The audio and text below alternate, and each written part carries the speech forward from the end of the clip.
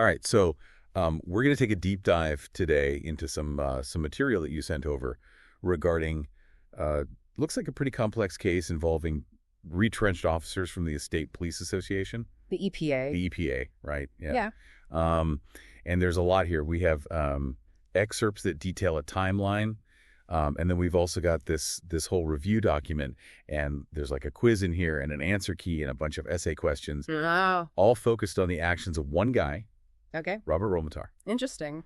And your sources are calling his role deeply problematic. Uh-huh. So our mission today is to figure out exactly what Ramouthar's role was in all of this and why it's raising so many red flags. Absolutely. I mean, when you look at all of these documents, the impact of one person, like seemingly behind the scenes, it's fascinating and concerning how one person's actions can ripple out. Yeah, it's like the butterfly effect, right?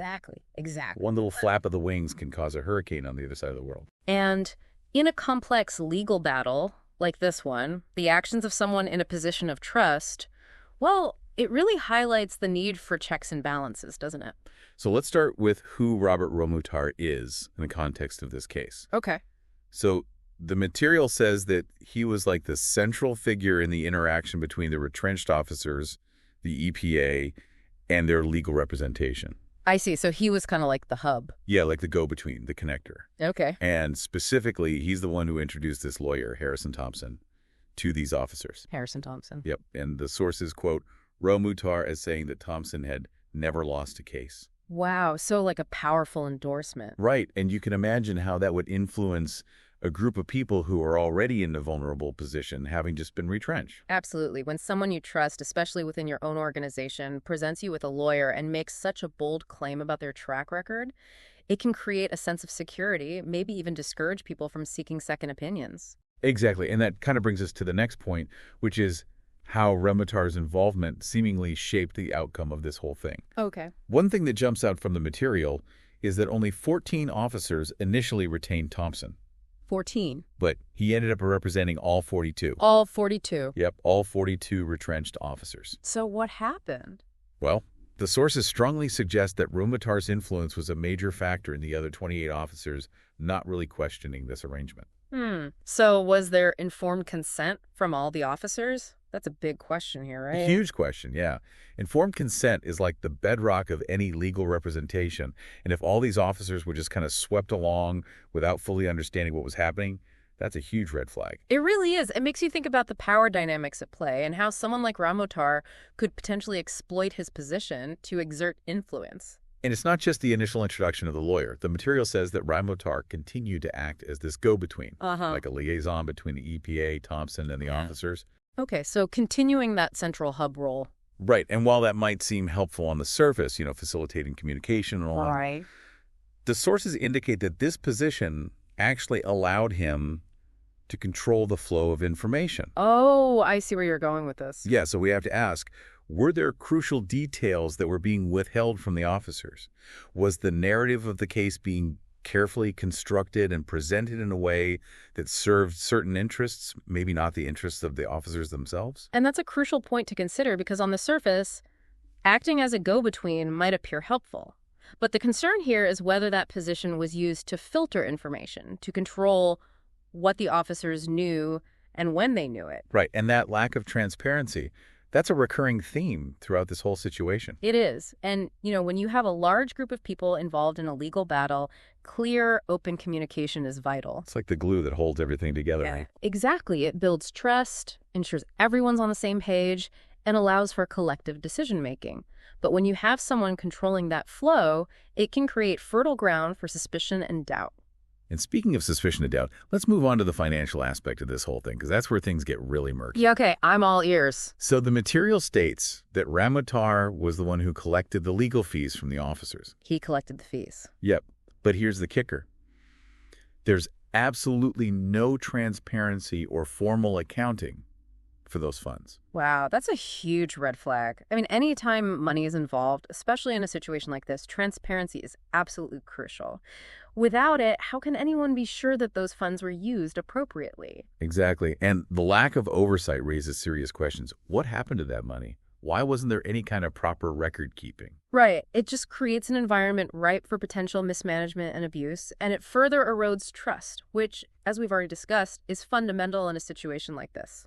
Right, and remember, this is all happening while these officers are already dealing with the stress and uncertainty of being retrenched. It's like adding insult to injury, really. They're already in a vulnerable position, and then to have this lack of transparency with their own funds, that's just adding another layer of anxiety and distrust. Absolutely, and it gets even more complicated when you consider Ramoutar's role in the actual legal proceedings. Oh, so? Well, the sources say that Ramouthar was personally chosen by Thompson, the lawyer he introduced, to be the main witness in court. He was the main witness. That's interesting. Yeah, and not only that, he also got to choose which officers would give witness statements. So the person who introduced the lawyer, collected the fees, and controlled the flow of information was also given significant influence over the evidence presented in court. Exactly. That seems like a lot of power concentrated in one individual. And it raises all sorts of concerns about the fairness and the accuracy of the legal process, right? Like, was the evidence presented truly representative of the officer's claims? Or was it manipulated in some way to serve a specific narrative? It's a valid concern, and it, again, highlights the potential conflict of interest in this whole situation. And, even if there wasn't any intentional manipulation, the perception of bias alone can be incredibly damaging. Right, and that perception can further erode trust and create a sense that the system itself is rigged against them. Exactly. Okay, so we've talked about Ramoutar's influence on choosing the lawyer, controlling information, and his role in handling the finances. Right. But it doesn't stop there. Oh, boy. The sources also reveal that he accompanied Thompson to private negotiations with RBC. RBC. Royal Bank of Canada, I believe it stands for. Okay. And these negotiations happened without the full knowledge or consent of all the officers involved. Wait, so they're negotiating on behalf of all these officers without even informing them? Apparently so. And to make matters worse, the details of these negotiations were not transparently reported back to the officers. That's deeply concerning. I mean, what was discussed in those meetings? Why were the officers kept in the dark? This lack of transparency raises serious questions about who those negotiations actually benefited. Right, and it further reinforces this pattern of Ramouthar seemingly acting independently, making decisions that affected all these officers without their input or knowledge. It's a blatant disregard for their right to be informed and to participate in decisions that directly impact their lives and their livelihoods. Absolutely. And it also points to a potential power imbalance, where those in positions of authority are making decisions behind closed doors that impact those they are supposed to represent. It's a classic example of how a lack of transparency can breed distrust and suspicion. And just when you think it can't get any more complex, we get to the case numbers. Case numbers. Yeah, there are two specific case numbers mentioned in the material. ST, 6-Wind Home, and ST 2217. Okay, and what about them? Well, Ramouthar allegedly endorsed the filing of ST 2217 as a continuation of ST 615. A continuation? Yeah, but here's the catch. The sources clearly state that ST 2217 was a separate and improperly filed case. So he knowingly endorsed a false narrative about the legal proceedings. That's what it looks like. And it gets worse. Oh, no. He actively discouraged officers from questioning the EPA's actions regarding these cases, and he even isolated those who dared to challenge this deception. Wow, so not only was he promoting a false narrative, but he was also actively suppressing any attempts to uncover the truth. Yeah, it's like he was trying to maintain control over the narrative at all costs, even if it meant misleading his fellow officers and obstructing their pursuit of justice. That's a pretty serious allegation. It suggests a deliberate attempt to deceive and manipulate the officers involved. And the material goes even further, stating that Ramouthar actively obstructed the officers' pursuit of justice. In what way? Well, it claims that he provided the officers with improper information, essentially steering them away from the truth. And was there any specific information mentioned in the material? Yeah, it mentions that he supported and defended the submission of false affidavits by this guy named Clay Hackett. Clay Hackett, okay. And just to clarify for our listeners, an affidavit is a written statement that's confirmed by oath or affirmation, so it's used as evidence in court. So basically, Ramouthar was allegedly involved in the submission of false evidence. It seems that way, and it also alleges that he was the one who would have given consent to re-register the officers on September 2nd, 2014. Re-register them. Yeah, and this was apparently done to misrepresent the status of that first case, ST 615. So it sounds like there was a coordinated effort to manipulate the legal process to present a false picture of what was really happening. And Ramouthar appears to have been right at the center of it all. Wow, that's pretty damning.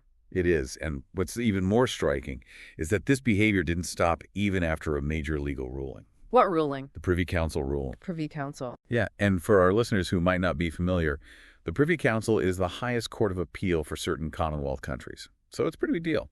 Oh, okay, so a significant legal decision. Right, and you'd think that such a ruling would bring some clarity to the situation, maybe even force some transparency. You'd hope so. But the sources say that even after the Privy Council ruling, Ramouthar continued to be part of the EPA's efforts to stall the approval of a new legal representative for the officers. So even after a ruling from the highest court, he was still trying to control who represented the officers. That's what it looks like. And it suggests a continued resistance to allowing the officers to seek independent counsel, to get advice that might not align with the narrative that was being pushed. It's almost as if they were afraid of what might happen if the officers had truly independent representation. Yeah, like they were trying to prevent the officers from getting a clear and unbiased view of their legal situation. It's a pretty troubling pattern. It is, and your sources directly link Ramouthar to allegations of corruption. Corruption, huh? Yeah, and they cite a lot of evidence to support these claims. Like what kind of evidence? Well, for one, there are recorded statements where Ramouthar is basically asserting Thompson's authority and discouraging the officers from questioning anything. So trying to silence any dissent, basically. Exactly, and the accounts of officers like Victor Sandy, who's mentioned specifically in the material, corroborate these claims. What does Victor Sandy say? Well, he alleges that Ramouthar misled him and other officers, that he controlled information and hindered their attempts to understand what was happening with the case. So it's not just speculation. There are actual first-hand accounts alleging wrongdoing. Right. And then there's all the circumstantial evidence, his close ties to Thompson, the lack of transparency with the finances, his presence at those secret negotiations, his resistance to scrutiny, all of that adds up. It does paint a rather suspicious picture. And then there's the whole thing with the case numbers, actively promoting a false narrative about the legal proceedings. Right. That's a pretty significant piece of the puzzle. Yeah, it is. And it's worth noting that the review document you sent over also raises some really pointed questions. Oh, yeah. What are those?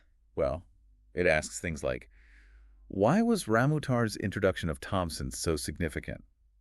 What was his role in collecting those fees? And why the lack of transparency? How did he manage to control information? What was his involvement with those misleading case filings? How did he react when officers started questioning him? What evidence links him to the secret negotiations? And what about his connection to Hackett's false affidavits? Those are some hard-hitting questions, and they really get to the heart of the matter. Yeah, they cut through the noise and focus on the key aspects of Ramouthar's alleged wrongdoing. And the fact that they're even being asked suggests that there's enough there to warrant further investigation. Absolutely, and it also asks about the EPA leadership's potential failures in all of this, which is a crucial point. You're right. It broadens the scope and suggests that this might not just be about one individual acting alone. Yeah, it raises the question of whether there were systemic issues within the EPA that allowed this kind of behavior to happen. Or whether those in charge turned a blind eye to what was going on. Now, it's important to remember that Ramouthar wasn't formally on trial himself. Right, he wasn't the one in the defendant's chair. But your sources do speculate on how a court might view his actions if he were to be scrutinized. And what do they say? Well, they use terms like breach of trust, facilitating misrepresentation, potential financial misconduct, and even obstruction of justice. Those are pretty serious accusations. They are, and as a fellow officer, someone who is presumably trusted by his colleagues, his alleged betrayal would be viewed extremely negatively. Yeah, the violation of that trust is a huge factor here. Absolutely, and the fact that there are calls for investigations and legal action against him further underscores the potential seriousness of his actions. So, stepping back for a moment, what does all of this mean? We've gone through a lot of detail, but what's the big takeaway here? Well, this deep dive into Robert Ramouthar's role reveals a really complex and troubling situation. The sources paint a picture of significant influence, a lack of transparency, and actions that appear to have directly hindered the retrenched officers' attempts to seek justice. Right, and we see this recurring theme of trust being misplaced and potentially abused. Yeah, Ramouthar, as a fellow officer, seems to have used his position to steer the case in a direction that ultimately harmed his colleagues. It makes you wonder what vulnerabilities within organizations like the EPA might allow for this kind of behavior to occur. It's a good question, and it's something for all of us to think about, not just in the context of law enforcement, but in any organization where there are power dynamics at play.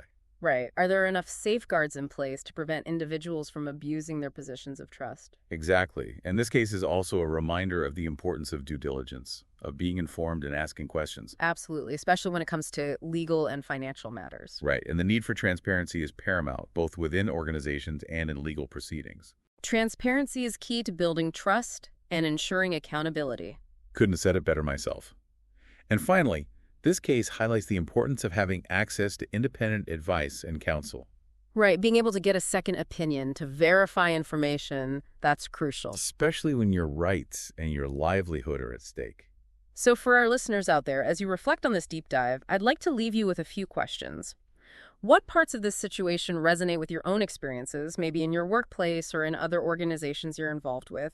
And what further questions does this investigation into Ramoutar's role spark for you about accountability and the pursuit of justice? Yeah, because even though this particular case involves retrenched officers and the EPA, the themes of trust, transparency, and accountability are universal. They are, and understanding these dynamics is crucial for navigating the complexities of power and influence in any organization or system. So as this saga continues to unfold, we'll be keeping a close eye on it, and we encourage you to do the same. Stay informed, stay engaged, and never be afraid to ask questions.